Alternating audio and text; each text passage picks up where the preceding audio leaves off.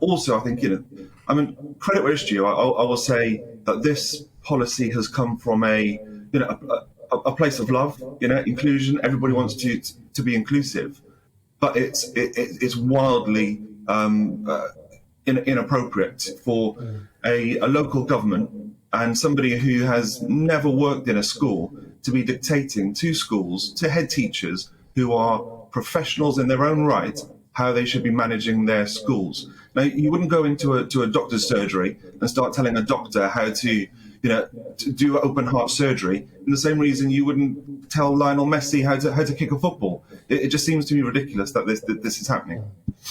Now, Southwark Council would say that they do have this caveat in their policy that if there's the threat of material harm to students, or I suppose teachers as well, that would be the grounds for exclusion.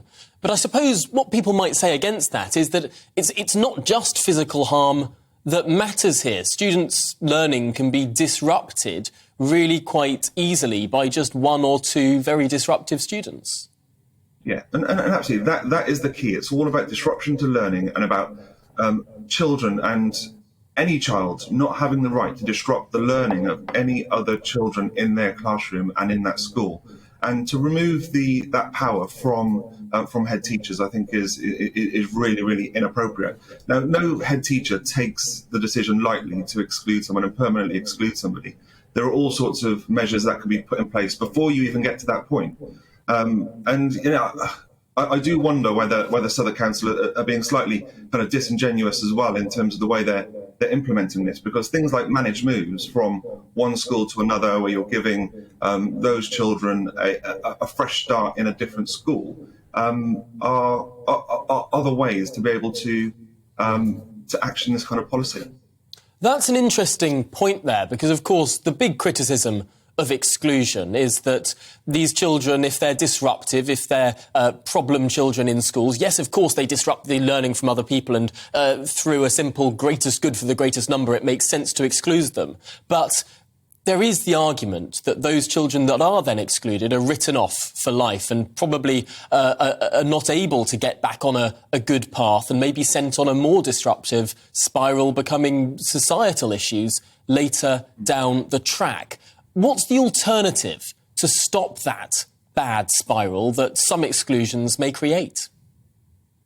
Look, I think managed moves are a really good way to allow those children to have a fresh start. But at the same time, exclusions do start triggering some other resources within the council, so they might be then sent to an alternative provision with specialist teachers who can really kind of unpick what it is driving that behaviour, whether that be kind of SEN, whether it be difficulties they've had in their past.